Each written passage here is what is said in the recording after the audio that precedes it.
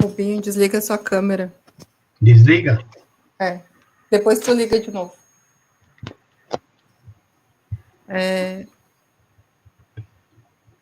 Boa tarde, pessoal. Bem-vindos a mais um curso do Movimento Todos pela Construção, uma iniciativa da Et Soluções, Construliga, ABCP, SNIC e Sebrae. Hoje tenho a honra aqui de dividir esse curso aqui com meu colega Rubens Curti. Ele é um especialista em concreto, é engenheiro civil pela FAAP, trabalhou durante 10 anos na Concrelix e por 18 anos na Falcão Bauer. Atualmente é o nosso coordenador do Laboratório de Concreto e Argamassa da BCP. Então, Rubinho, muito obrigado aí pelo aceitar o nosso convite. Então, é com você, Rubinho. Pode ligar sua câmera. Pessoal, boa tarde.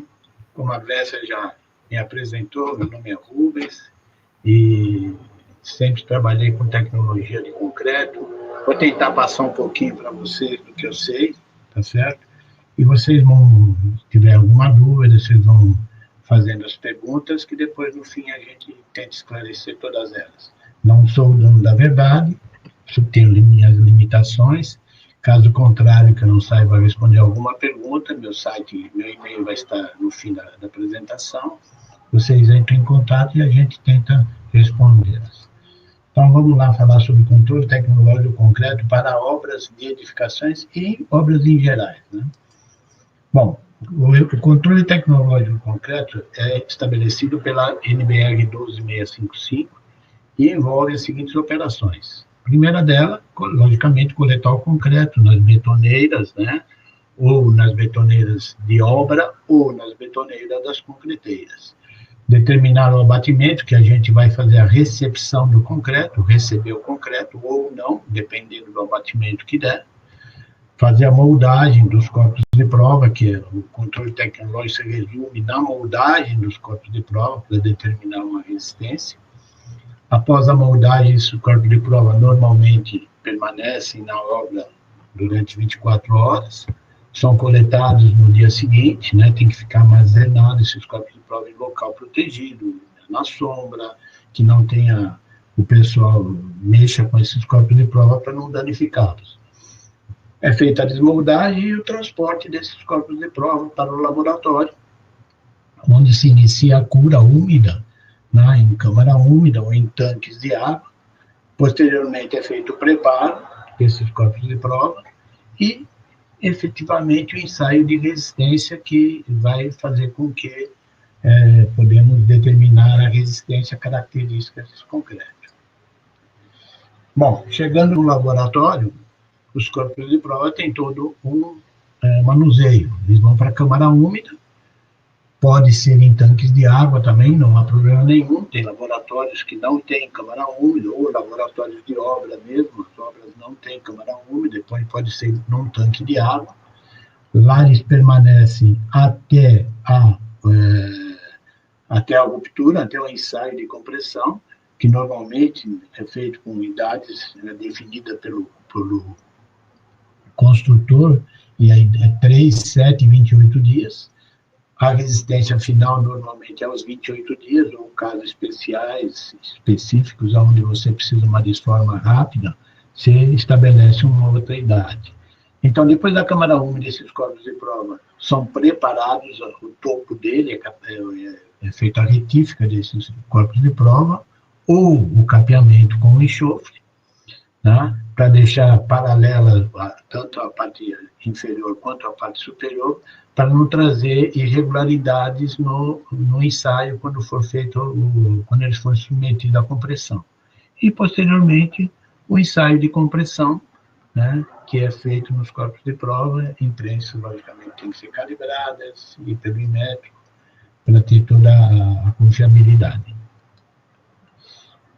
Bom, então, esse controle tecnológico se resume, primeiro, na aceitação do concreto, né, que é o concreto no estado fresco. Você recebe o concreto, tira o concreto da betoneira, faz o ensaio de abatimento, que é o ensaio de trabalhabilidade, e recebe esse concreto.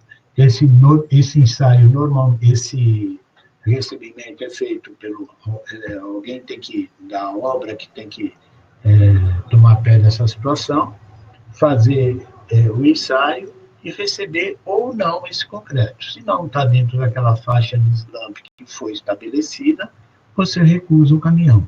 Caso contrário, aceita o caminhão e faz a moldagem dos corpos de prova. Feita a moldagem, todo aquele processo que eu mostrei anteriormente, determina-se a resistência e vamos, a partir daí, fazer, logicamente, a aceitação do concreto da estrutura. Não é a aceitação da estrutura, é a aceitação do concreto que vai ser utilizado na estrutura. Para isso, a gente vai ter que formar lotes. Então, eu formo lotes para receber esse concreto parcialmente. Então, eu vou recebendo o concreto à medida que a obra vai evoluindo. Tá? Então, são formados lotes. Então, aí está o recebimento do concreto na obra, tá certo? Você pode fazer com o concreto produzido na obra, tá? Não tem problema nenhum. Se você tiver equipamento, tiver betoneira, tiver jiricas, enfim, tiver gente para fazer isso daí na obra, você faz esse controle, faz a moldagem do abatimento, para determinar a aceitação desse concreto, dessa betoneira, tá? E como é que é feito isso? É feito nas primeiras amassadas, até obter uma determinada consistência. Sempre que ocorrer alteração na umidade da areia, porque vocês vão estar recebendo areia, nós vamos estar recebendo areia do fornecedor, a areia às vezes chega no mesmo dia da concretagem, então ela pode estar em estado mais úmido, mais seco, então se houver alguma mudança, alguma entrega de areia nesse período, tem que fazer uma nova determinação do ensaio. Na troca de operadores, se você eventualmente na hora do almoço tiver que trocar os operadores, você faz novamente o ensaio, e sempre que forem moldados corpos de prova de concreto. Logicamente, você não vai fazer em toda a betonada, porque uma betoneira dessa na obra tem uma capacidade muito pequena, 300, 400, 500 litros. Não tem nem sentido você moldar de toda a betonada. Então, você adota essa regrinha aí, né, para fazer as moldagens, para fazer a determinação do slump, e aí sim, você faz a aceitação e faz a moldagem dos corpos de prova para a gente depois passá-los para determinar a resistência. Né? Feito isso para concretos produzidos em obra, no canteiro de obra. Se eventualmente você for adquirir o concreto de uma concreteira, de uma empresa de serviço de concretagem, tá certo? Aí sim, aí você vai moldar de todos os caminhões de betoneira, mesmo porque é um volume muito maior. Normalmente as betoneiras têm capacidade muito grande, e em média aí dá 8 metros cúbicos cada viagem dessa, tá certo?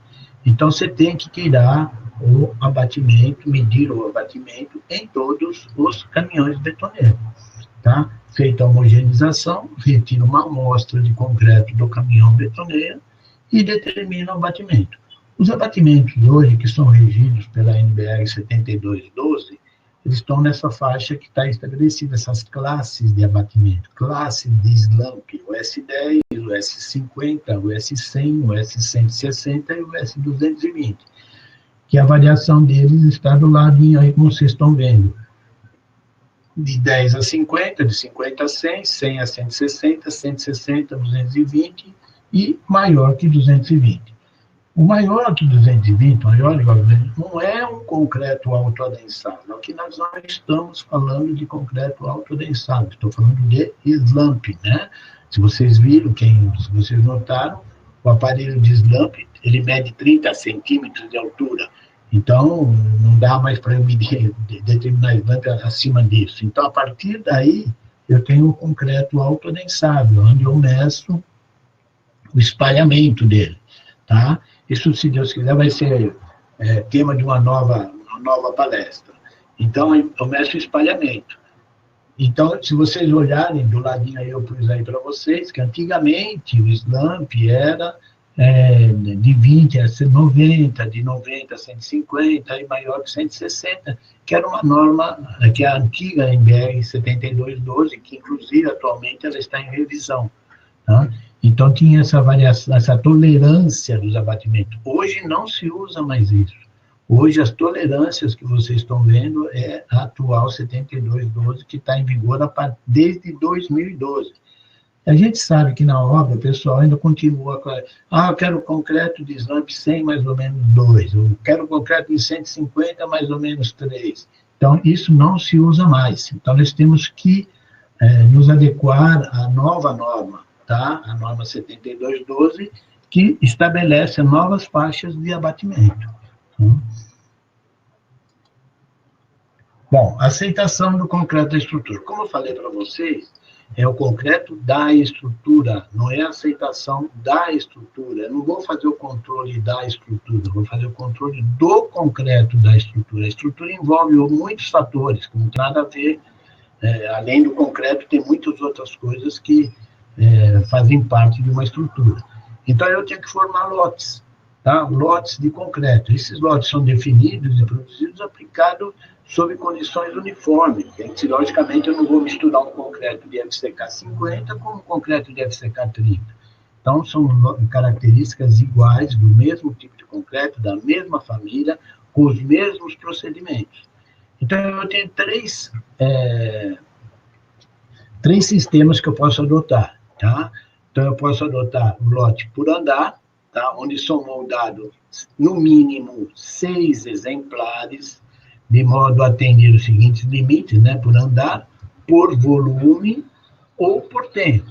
Por andar, logicamente, se eu tiver uma edificação, né? Logicamente, se for um galpão, uma obra horizontal, não tem sentido, né? Fazer por andar. Então, aí, nesse caso, eu passaria a fazer por volume, tá? Por volume é onde você tem peças que vão estar sujeitas a esforços de compressão e peças que vão estar sujeitas a compressão e flexão. Se você tem compressão e flexão, o lote máximo tem que ser de até 100 metros cúbicos de concreto.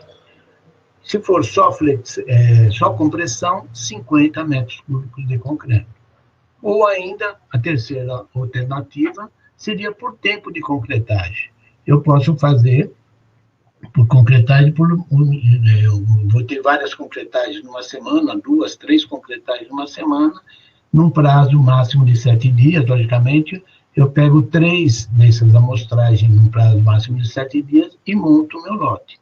Sempre, logicamente, 6 exemplares, tá? No mínimo 6 exemplares. Quando eu falo 6 exemplares, são 6, se for concreto de concreteira, são 6 betoneiras diferentes. Né? Porque às vezes o pessoal tira 6 exemplares do mesmo caminhão betoneiro, não tem sentido, tá certo? Parece o óbvio, né? Mas a gente tem visto isso aí, que isso ocorre normalmente. Então, você adota o esquema, o lote, o jeito que for melhor para a obra, de acordo com a obra, e determina, faz o seu controle em função disso daí. Bom, existem 2 critérios para a amostragem. A amostragem parcial e a amostragem total, tá? A amostragem parcial, o próprio nome já fala, né? Moldagem de corpos de prova de betonadas alternadas de modo aleatório para a formação de lotes. Cada lote deve ser composto por, no mínimo, 6 exemplares de betoneiras diferentes, tá? De betonadas diferentes. Ou o controle por amostragem total, onde pode ser aplicado somente para concretos dosados por centrais. Claro que você não vai fazer uma amostragem total de todo no concreto rodado na obra, onde você faz de toda a betonada, você molda.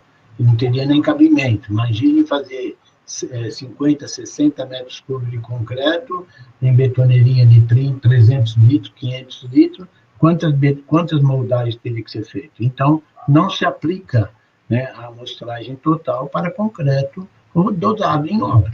Tá? Só se aplica para concretos rodados nas betoneiras, né? Nas concretas, concreto fornecido pelas concreteiras. Tá? Então, nesse caso, você molda de todas betonadas, de todas as betoneiras, para as idades que você queira fazer o seu controle, normalmente, como eu falei, 3, 7 e 28 dias, e exemplares, né? Você vai moldar exemplares.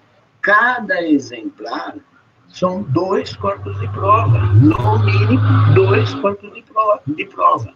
Não se deve fazer amostragem para uma idade, por exemplo, 7 dias você molda um corpo de prova, e 28 dias você molda 2 corpos de prova. Não faça isso, porque isso vai estar... Você pode implicar num erro que não caracteriza o concreto. Então, molde, no mínimo, sempre 2 corpos de prova. E desses 2 corpos de prova, você vai tirar sempre o maior valor. Por que a gente tira o maior valor e não o menor valor e não a média? Porque o maior valor, quando você estabelece uma dosagem de concreto, quando você faz uma dosagem de concreto, você quer que o concreto atinja aquela resistência máxima que ele tem. Tá? Então, quando a gente molda, por isso que a gente molda no mínimo 2. Moldei 2. Um deu, por exemplo, 30,5. O outro deu 28,4. Qual que eu devo adotar? O 30,5. E por que não o 28,4? Porque se eu estou querendo que aquele concreto atinja o potencial máximo dele, o potencial máximo que eu obtive foi o 30,5. Então, foi o maior valor. E por que o outro não chegou no mesmo valor se é o mesmo concreto? Porque pode ter havido algum erro, tá? Alguma falha, que logicamente ninguém erra porque quer, alguma falha que a gente não percebeu. E que tipo de falhas que eu poderia ter para fazer com que o concreto dê resistências menores? Por exemplo, uma moldagem inadequada, tá? Existe uma norma que deve ser feita, a moldagem tem um critério para ser feito, tá? Uma coleta de corpos de prova inadequada, parece óbvio, né? Mas a gente vê tanto absurdo, né? Esses corpos de prova serem transportados da obra para o laboratório em carros pequenos, então acumula os corpos de prova um sobre o outro, que pode causar algum dano nos corpos de prova que ficam na base inferior. Tá? Esse é um outro erro que pode ser cometido com o corpo de prova e fazer com que o concreto dê menor resistência. Uma outra falha que pode ser cometida é na cura dos corpos de prova. Esses corpos de prova têm que ser, depois de moldado e desformado, eles têm que se manter na cura úmida, tá? Para posteriormente serem ensaiados. Tá? Então, eu ponho eles na cura úmida e vejo a idade que vai ser feito o ensaio, e tiro eles da câmara úmida e rompo os corpos de prova.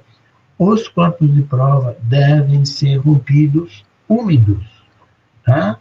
Por que eu tenho que romper ele úmido? Porque eu não sei quando que ele vai estar seco.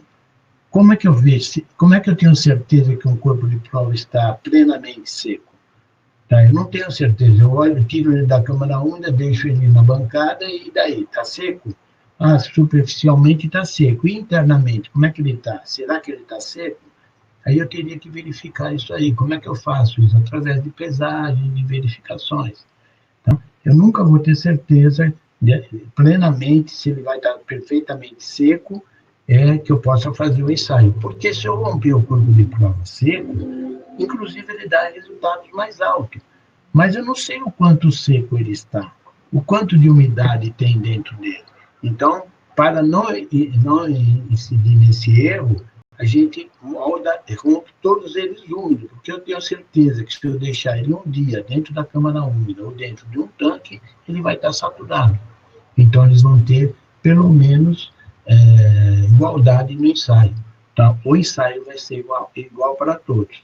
E mais um erro que pode ser cometido,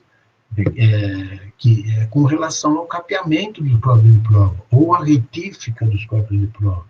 Eles têm que ter as faces, os topos, né, topo e base, paralelos, tá? Senão eu posso no contato com o prato da prensa, eu posso carregar mais um lado do que o outro, se o corpo de prova estiver irregular.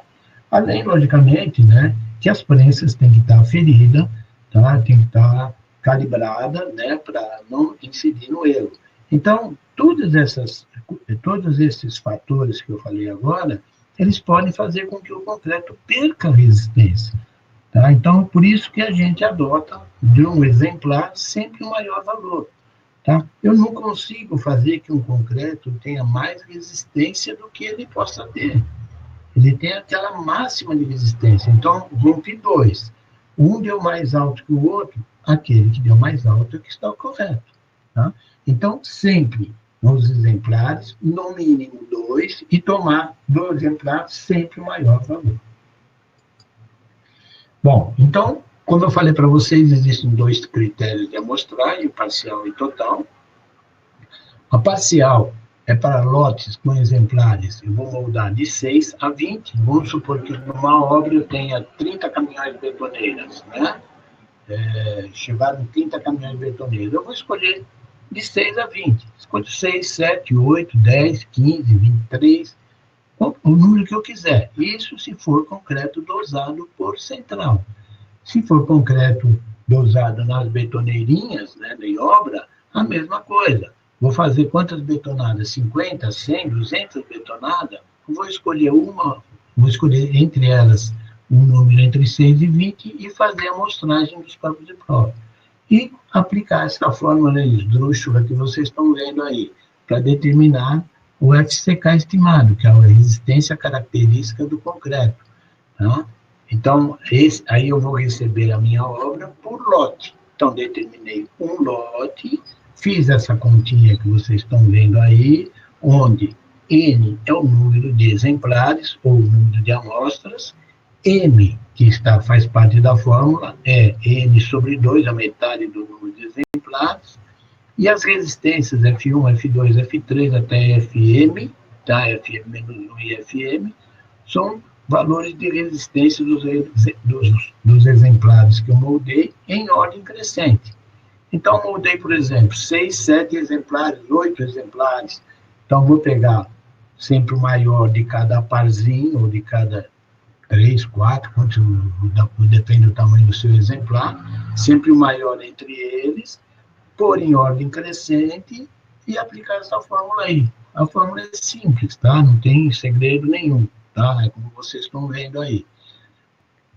E feito isso daí, determinei meu FCK estimado. É esse meu FCK estimado? Não, eu tenho que fazer ainda uma verificação. Que verificação tem que ser feita? Que não se tomará para valor de FCK estimado valor menor que Φ6 F1. O Φ6 está tabelado aí embaixo de acordo com o desvio padrão, tá? Variando de 2 a 16 exemplares ou mais que isso, né? Maior que 16, se adota o mesmo número, tá? Como eu falei, que os lotes têm que ser no mínimo 6 exemplares, tá? Vocês estão vendo que está churado aí até 5, porque a gente vai tratar isso aí depois, que são casos excepcionais. A partir daí, eu vou adotar um desvio padrão e aplicar essa fórmula que eu falei, Φ6 vezes F1. F1 é o menor valor, tá, que eu obtive quando eu coloquei os copos de prova em sequência. Tá? Obtive isso, aí faço esse confrontamento. Vejo quanto é que deu o FCK estimado pela fórmula grande e quanto que deu quando eu fiz o Φ6 vezes F1. E está escrito aí, não se tomará para valor de FCK estimado um valor menor que Φ6 F1. Então, se eventualmente o meu FCK estimado deu o menor valor que o Φ6 F1, o Φ6 F1 é que vai ser meu FCK estimado. Caso contrário, a fórmula é válido o FCK estimado da fórmula. Isso para amostragem parciais até entre 6 e 20 exemplares.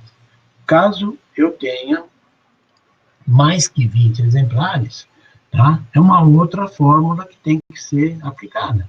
Então, o valor estimado da resistência característica nesse caso vai ser FCMJ menos 1,65 vezes o SD.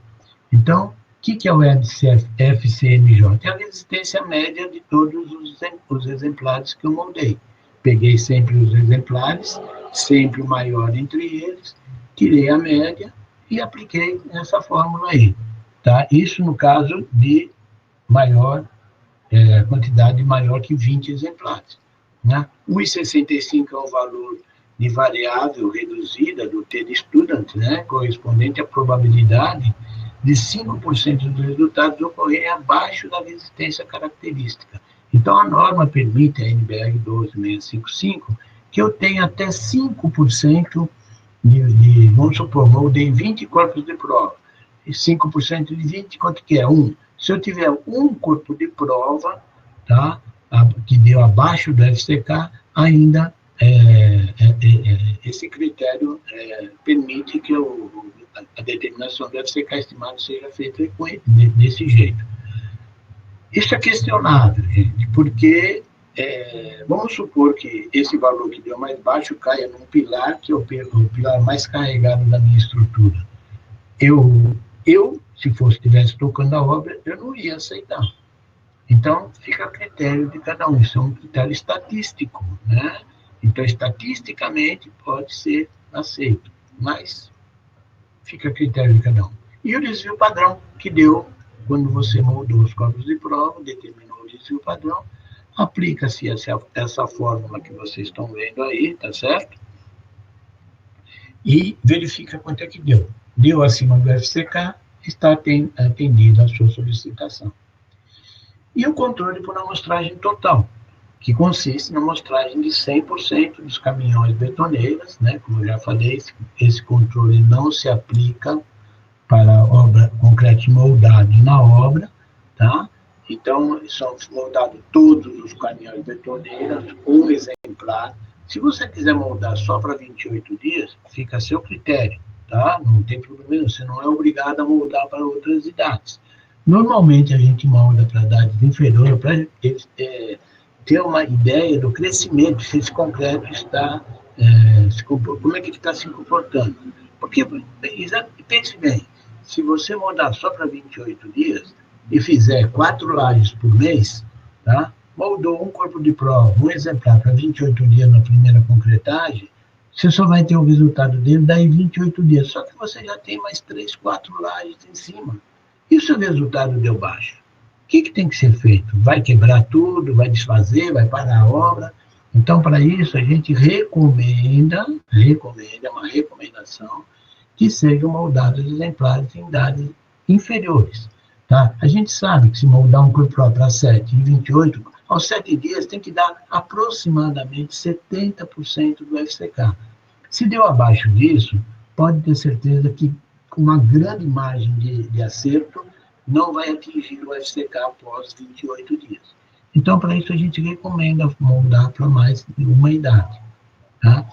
E nesse caso da amostragem total, nós vamos ter tanto os FCKs quanto as folhas betonadas. Então, para cada betoneira, para cada caminhão betoneira, eu vou ter um FCK estimado para aquela idade que você moldou. 3, 7, 28, se você quiser moldar para as 3 idades, você vai ter 3 FCK estimados para essas idades. Tá certo? Então, é uma amostragem que você tem 100% de amostragem, né? Você amostra 100% de todo o seu concreto. E os casos excepcionais, como eu falei para vocês, né? No caso de pequenas obras, né? Obras residenciais, casas pequenas, onde você utiliza concreto, até volumes de 10 metros cúbicos de concreto, são casos excepcionais, onde você determina o FCK estimado por essa formulinha que está aí, F1 vezes o Φ6. Lá embaixo está escrito, caso A, B ou C, o Φ6 que você deve adotar. Tá?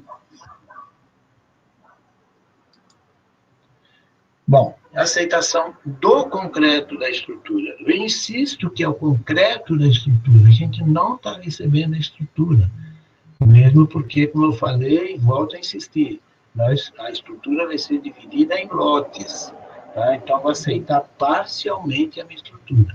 Se o FCK estimado por algum desses métodos, ou amostragem total ou amostragem parcial, deu superior ao FCK, aquele lote está aceito. Tá? Então, se uma estrutura, se for uma edificação de vários andares, eu vou ter vários FCK estimados. Tá? No caso de concreto das betoneiras, eu vou ter quantas betoneiras eu utilizar na obra, eu vou ter tantos FCK estimados para cada uma dessas betoneiras. Bom, caso de não conformidade, pode ocorrer? Sim, claro que pode ocorrer. Então, pode ser que o FCK estimado não tenha atingido o FCK de projeto, aquilo que o projetista especificou. Porque quem vai dar a última palavra da aceitação da estrutura é o projetista. Nós, tecnologistas, laboratórios de concreto, nós só avaliamos o concreto. Tá? A palavra final é dada pelo projetista.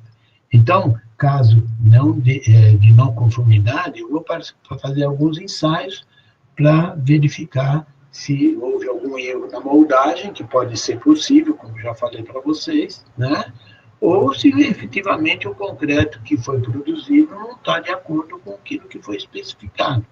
Tá? Então, eu posso fazer ensaio de esclerometria, ultrassom, algum outro ensaio que possa me garantir que o resultado está correto ou não.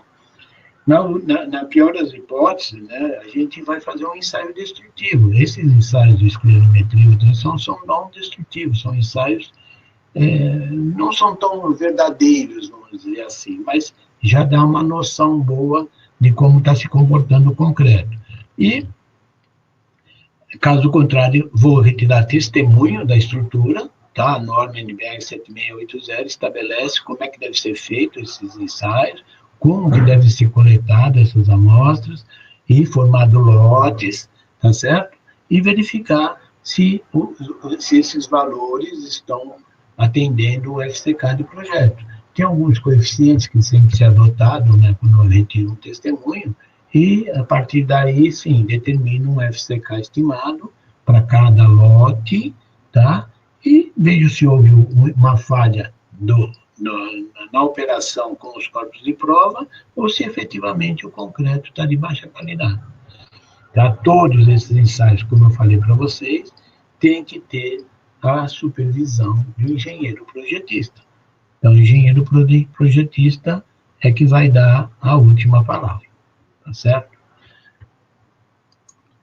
Bom, gente, acho que eu excedi meu tempo, não sei se excedi, se estou dentro do previsto. Está aí meu e-mail, se vocês precisarem, tiverem alguma dúvida, a Glécia, acho que vai fazer, vocês devem ter feito algumas perguntas aí, a Glécia vai passar para mim as perguntas e eu vou tentar respondê-las, tá? Sabendo ou não. Caso não saiba, meu e-mail está aí à disposição para vocês entrarem em contato, se for o caso. Fico à disposição de vocês. Obrigada, Rubinho. A gente tem aqui várias perguntas. Eu vou tentar agrupar aqui por tipologia, mas teve várias perguntas aqui sobre o capeamento. Então, enxofre, retificação, nata de cimento, neoprene, qual que seria o melhor? Aí, eu vou fazer umas contas que é tudo ao mesmo tema, sabe? O capeamento por meio de retificação não diminui a resistência do corpo de prova? Então, não. Você quer perguntar primeiro, eu respondo, faça todas as perguntas e eu respondo. Isso. E se o ensaio, se realiza o ensaio sem o capeamento com enxofre, a validade do ensaio é a mesma ou perde a validade? Então, são todas essas aí sobre capeamento. Então, vamos lá. O capeamento, segundo a NBR 5738, ele deve ser feito sempre por retífica, tá? Ele é a nossa referência. Tanto retificar o topo quanto a base. Não basta retificar só o topo, tá? Tem que retificar ambos, tá? Feita essa retífica, deixando a planicidade dos corpos de prova, né? Tem que estar bem plano para ter um perfeito acoplamento com os pratos da prensa, para não haver nenhum nenhuma falha durante o ensaio de compressão. Tá? Então, esse é o ideal. Não diminui a resistência, hipótese alguma. Tem que ser feito, logicamente, com máquinas adequadas, né? Você vai retirar a retífica, você vai eliminar 1, 2 milímetros da superfície que está irregular. Você só vai aplanar o corpo de prova. Não é cortar o corpo de prova, nós vamos aplanar o corpo de prova, para ter um perfeito acoplamento com o prato. Se você não tiver retífica, você pode trabalhar com enxofre. Tá? O enxofre tem que ter uma espessura mínima, máxima, de 3 milímetros. Não pode ter mais que isso, porque senão começa a interferir no resultado. Em vez de romper o corpo de prova, vai romper o enxofre. As prensas elétricas, as prensas modernas hoje em dia, qualquer falhazinha que der no corpo de prova, qualquer fissurazinha que ocorrer no conjunto corpo de prova, capeamento, ela automaticamente ela para de aplicar a carga. Então, possivelmente, você vai ter um resultado fragilizado, um resultado que não é o verdadeiro. Tá? A outra alternativa, a própria NBR 5738, ela te deixa uma abertura para você usar outros métodos de capeamento, outros métodos de fazer o faceamento dos corpos de prova. Deixa em aberto, desde que você comprove que o método que você está utilizando seja tão eficiente quanto a retífica. Então, você tem que fazer um comparativo entre eles. Tá? Outro método que a gente tem visto muito, que o pessoal tem utilizado, é o neoprene. Eu posso utilizar no neoprene? Pode, sim. Tem uma norma da STM, a STM 1231, que ela estabelece quais as características do neoprene. Tá? Então, ela tem algumas características. Não está normalizado brasileiro. Isso não quer dizer que não pode ser utilizado. Pode, sim. Só que tem que atender o que está escrito na norma. Tá? Existe o que tem que ser uma dureza com neoprene, uma dureza adequada, uma espessura do neoprene, tá? A quantidade de utilizações, tá? Então tem que atender esses critérios que estão na norma. Existe uma empresa no Brasil, né, que está fazendo algumas pastilhas para fazer o ensaio, tá? Possivelmente já tem alguns bons resultados, e possivelmente a gente futuramente deve ser colocado isso na norma. Então, desde que você faça um ensaio comparativo com a retífica, qualquer ensaio é válido. Respondi, Grécia? Respondeu, obrigada, que tinha umas quantas perguntas sobre esse tema. Também estão perguntando aqui, alguns laboratórios adotam tanques de água com cal. Qual que é a sua opinião? Sem problema algum. Por que o cal? Porque quando você dissolve os corpos de prova, logicamente, eles vão ficar em contato com o cal, com a água. E outra coisa, não pode ser água corrente, tá? Tem que ser tanque com água parada. Ah, mas vai criar bicho, tal, vai criar mosquito, vai fazer não sei o que. Infelizmente, tem que tomar esse cuidado, fazer uma cobertura para evitar que ocorra isso daí. E não pode ser água corrente, senão você pode sofrer um desgaste das superfícies do corpo de prova. Para isso, mesmo em água parada, por isso você põe o cal, porque você não perde o carbonato de cálcio da superfície do concreto. Tá? Então, eles ficam sempre com aquele carbonato de cálcio no concreto, não é prejudicado. Então, não há problema nenhum e pode sim colocar o cal, deve-se colocar o cal no tanque e, como eu falei, água parada, não pode ser água corrente, senão pode sofrer uma abrasão no corpo de prova e danificar o corpo de prova e fazer com que dê algum resultado menor. Ok? Aí outra é sobre o desvio padrão. Então, o que significa as letras A e B, A, B, C do desvio e da onde vem o Φ6? Bom, eu esqueci de explicar isso aí. O A, B e C significa o desvio padrão que a gente vai obter no concreto. A NBR 12655, ela estabelece que para concretos dosados em central, o desvio padrão mínimo tem que ser 2, e no máximo 4, tá? Então, não se admite para concretos dosado em central desvio padrão maior que 4. Então, para caminhões betoneiras, você vai adotar a linha lá do FI6, né? Como se fosse, no máximo, 4, ou, se a concreteira te fornecer o desvio padrão, que tem que ficar entre 2 e 4, adotar aquilo que a concreteira fornecer. Os outros, o C e o D, é para concreto dosado em obra, tá? Onde você tem desvios padrões maior que 4, tá? Podendo variar até 7 desvio padrão, tá certo? Então, nesse caso, você determinou o desvio padrão. Se ele ficou na faixa abaixo de 4, né, você adota a condição A. Caso contrário, adota a condição B ou C, porque aí são desvio padrões maiores. Tá? O FI6, como eu falei, faz parte do cálculo estatístico, né? Então, a gente adota o FI6, que é uma tabelinha que vocês viram, que isso daí é padronizado. São aqueles valores de FI6 que a gente vai adotar para fazer o cálculo estimado. Okay.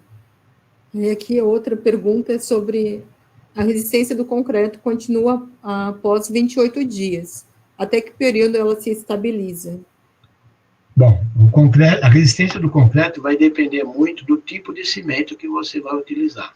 Se você utilizar um cimento CP5, por exemplo, que significa alta resistência inicial, CP5 é ARI, alta resistência inicial, a evolução da resistência do concreto é muito pequena, depois de 7 dias. Tá? Tanto que as normas brasileiras de cimento, ela estabelece que o controle do cimento ARI seja feito para a idade até, no máximo, de 7 dias. Tá? Não precisa fazer para mais que isso, porque ela não cresce mais. Porque a formulação do cimento faz com que a resistência atinja o potencial máximo dele, né, com 7 dias. Vai crescer um pouquinho mais? Vai, com certeza vai crescer. Cimento CP3 e CP4, por exemplo, que tem adições de escória e de pozolana, CP3 no caso escória e CP4 pozolana, eles têm crescimentos maiores após 28 dias. Por quê? O hidróxido de cálcio, que vai reagir com a pozolana ou com a escória, ele continua, todo concreto, toda a reação do cimento produz hidróxido de cálcio. Só que se você não tiver nada que reaja com esse hidróxido, a reação estabiliza e para, que é o caso do CP5, tá? Onde não tem nada que reaja com ele, só tem o cimento puro, só tem o clinker. Tá? No cimento CP3 ou CP4, eu tenho adições de 30%, 40%, 50%, 60%, até 70%. Essa escória vai reagir com aquele hidróxido de cálcio que foi liberado na reação da água com cimento. Tá? Então, aí sim, eu tenho uma evolução de resistência. Eu posso ter resistências crescimento de resistência de até 50%, se for em alguns casos. Eu, por experiência própria, trabalhei em laboratório, eu fiz uma obra onde o concreto era FCK20 na década de 1920, FCK15 na década de 1920. Extraí corpo de prova, depois de 50 anos, e o resultado chegou a 50 mK. Isso por experiência própria. Então, sim, há um crescimento. Claro que vai depender do teor de escória, o teor de pozolana, o teor de adição que foi adicionado naquele cimento. Então, não dá para você prever quando que para de crescer. Tem casos que para muito rapidamente, se for CP5. CP2, por exemplo, que é um CP2E ou CP2Z, tá certo? Eles têm porcentagens menores de escória ou pozolana. Então, eles crescem menos. O CP3 e o CP4 são os que têm possibilidade de crescerem mais. Mas eles têm resistências menores? Sim. Nas primeiras idades, eles têm resistências menores. Nas primeiras idades, que eu digo até 7, 10, 14 dias. Depois, ela se equipara e cresce como se fosse normal aos 28 dias. Então, aos 28 dias, tanto que a resistência dele é o CP232, o CP240, o CP332, o CP340, tem que dar a mesma resistência nessas idades. para 7 e para 28 dias, quando é feito o ensaio do cimento nos laboratórios. Aqui tem uma pergunta sobre o controle da betoneira no canteiro de obras, mas o concreto C25 é superior e não pode ser medido em massa. Esses concretos no nível do Brasil e Sul ainda estão prejudicados pela norma 12655. Realmente, o concreto estruturais passam a ser, a partir de 20 MPa, eles passam a ser concreto estrutural. E, normalmente, se você não tiver um controle muito bem na obra, você provavelmente vai ter algumas dificuldades em atingir essa resistência. A norma NBR 12655, ela fala que realmente concreto abaixo de 20 MPa concreto rodado em betoneira só pode ser abaixo de 20 MPa. Mas a gente tem conseguido resultados bons, quando tem um controle muito eficaz na obra, consegue resultados satisfatórios acima de 20 MPa para mesmo rodado em obra. Tá? Não só rodado nas betoneiras. Tá certo? Uma outra coisa, né, que o pessoal tem comentado muito é a hora que vai tirar o concreto da betoneira. Né? No caso de um concreto dosado por uma concreteira, que hora que eu tenho que coletar o concreto da concreteira? No começo da concretagem? É no terço médio? É no fim da concretagem? Que hora que eu tenho que tirar? Bom, eu sou bem crítico nesse caso. Tem que tirar da betoneira, o concreto que está na betoneira. Mas tem algumas recomendações que falam que tem que ser no terço médio. Por que do terço médio? Eu pergunto, por quê? E respondo, por quê? O primeiro terço não presta? O terceiro terço não presta? Só presta o terço médio? Então, quer dizer, se uma betoneira de 6 metros cúbicos, eu jogo 2 metros fora, moldo, aí jogo os outros 2, porque se eu vou moldar só no terço médio, é aquele que vai representar o meu concreto, não é o total. O concreto, quando é dosado numa betoneira, tá? Ele é misturado na betoneira, tá certo? É feita a dosagem na central e a homogeneização é feita na betoneira. A betoneira tem que estar de acordo para atender aquele concreto que está lá dentro é igual.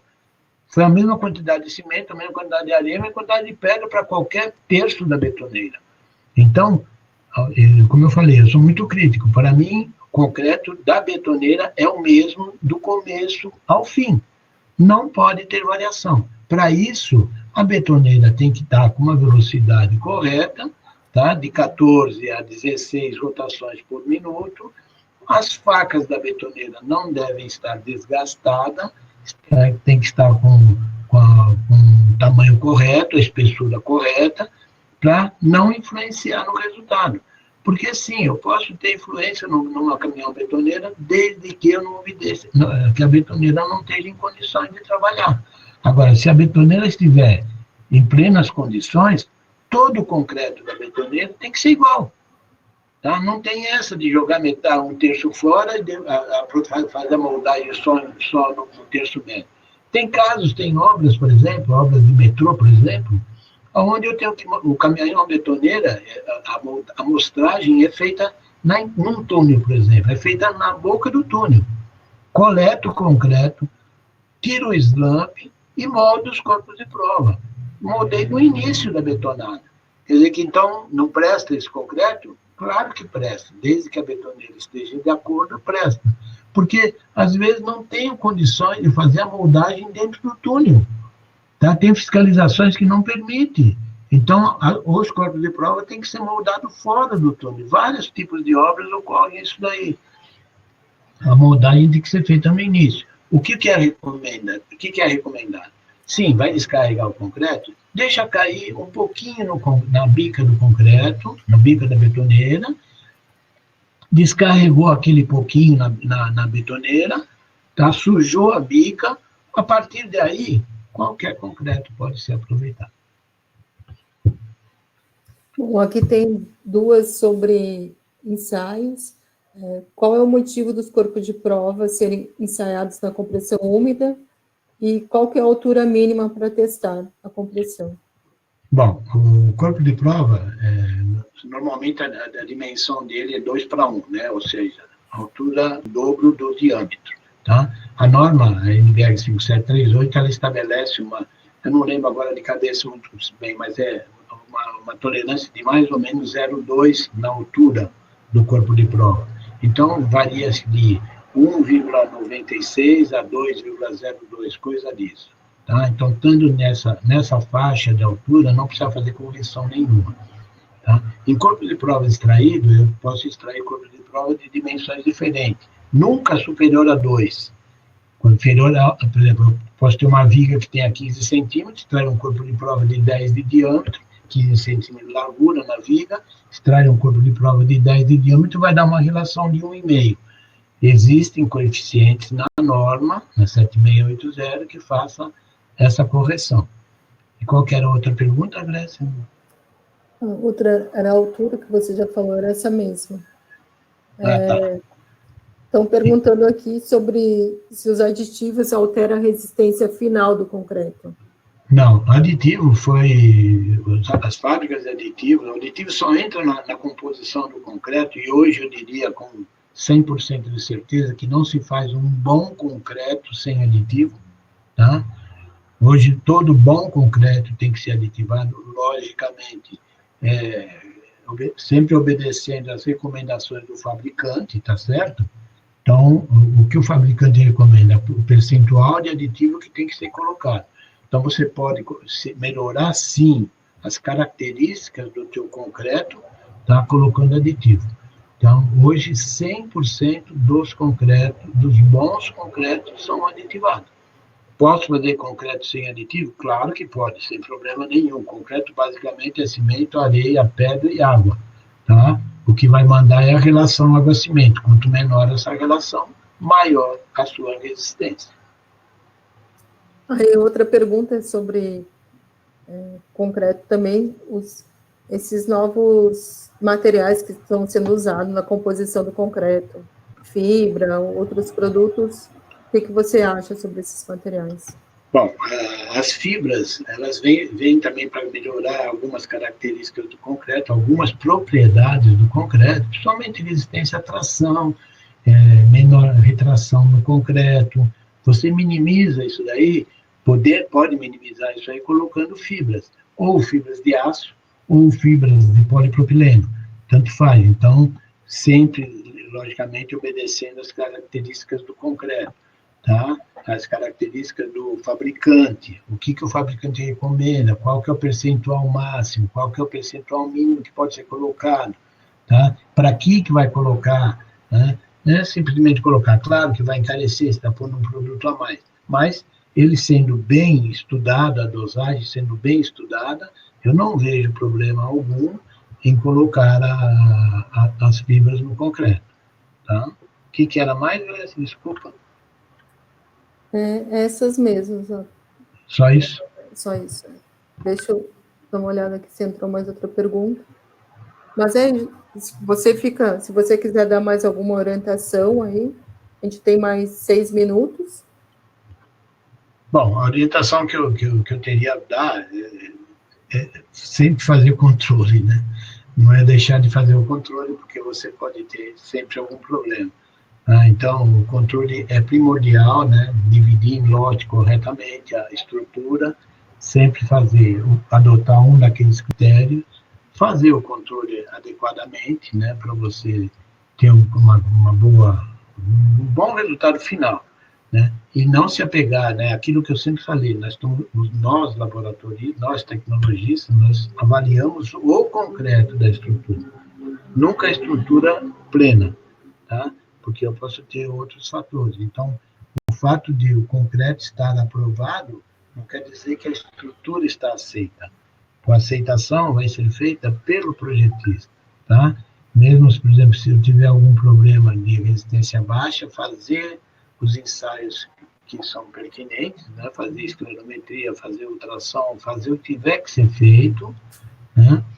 Para gente validar. Isso aí, logicamente, sempre com a anuência do projetista. Então, o projetista é que vai dar a última palavra com relação à estrutura. E outra coisa que é muito importante é verificar sempre o manuseio desses corpos de prova, certo?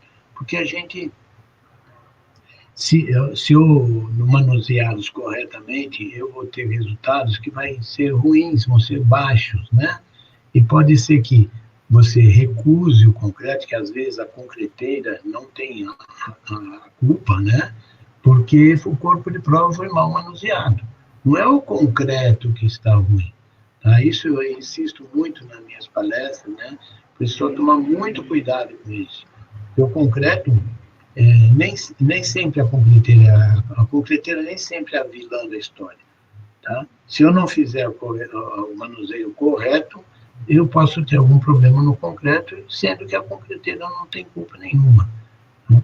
Outra coisa que tem ocorrido nos concretos, que o pessoal sempre reclama, o concreto trincou. A concreteira, gente, quando você compra um concreto numa concreteira, ela é obrigada a te atender aquilo que você pede para ela. O que você pede para ela? Normalmente você pede para ela a resistência. Então é obrigada a atender a resistência. Em que idade? Na idade que você estabeleceu. Se você não estabelecer nenhuma idade, são 28 dias. Tá? Então, é 28 dias que tem que dar a resistência. Que outra coisa que você pede? O abatimento do concreto. Qual que é o abatimento? É o slump do seu concreto. Então, a concreteira é obrigada a te fornecer esses dois quesitos que você pediu. E o tipo de agregado, por exemplo, pedra 1 e 2, só pedrisco. Então, isso ela é obrigada a te atender. O concreto trincou, não é culpa da concreteira que o concreto trincou. Você não fez uma boa cura na sua laje, na sua peça, no seu elemento estrutural. Então, por isso que pode ter ocorrido algum problema. Então, nem a concreteira não vai é claro que ela vai te dar todo o apoio que você precisar, mas ela não pode ser responsabilizada por uma retração no seu concreto. Tá? Se você não tirar, a menos que você pense, não quero que meu concreto sofra retração, aí ela vai te fazer um concreto que não vai sofrer retração. Tá? E não confundir concreto mole, gente, com concreto autoadensável, né? E o concreto autoadensável é um concreto que não requer vibração. Tá? Você molda o corpo, faz a sua peça, seu elemento estrutural, tá? E molda os corpos de prova sem fazer nenhum critério específico de adensamento. Você simplesmente vai jogar o concreto dentro da forma, no caso da moldagem dos corpos de prova. E aí tem muita gente que confunde concreto mole com concreto autoadensável.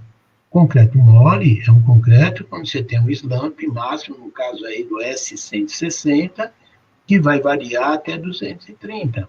Não pode mais acima disso. Aí você pega um concreto que deu um espalhamento de 400, por exemplo, não é um concreto autoadensável. Concreto autoadensável é acima de 500 até 800. Esse sim é um concreto autoadensável. Então, não fazer confusão.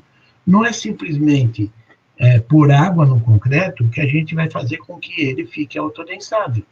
Tá? Tem outros fatores que interferem no concreto autoadensável. Tem outras coisas que têm que ser vistas. Exudação do concreto, o aspecto do concreto, para ver se não houve segregação desses materiais. Então, tem várias coisas que têm que ser feitas num concreto autoadensável. Um concreto mole não é um concreto autoadensável.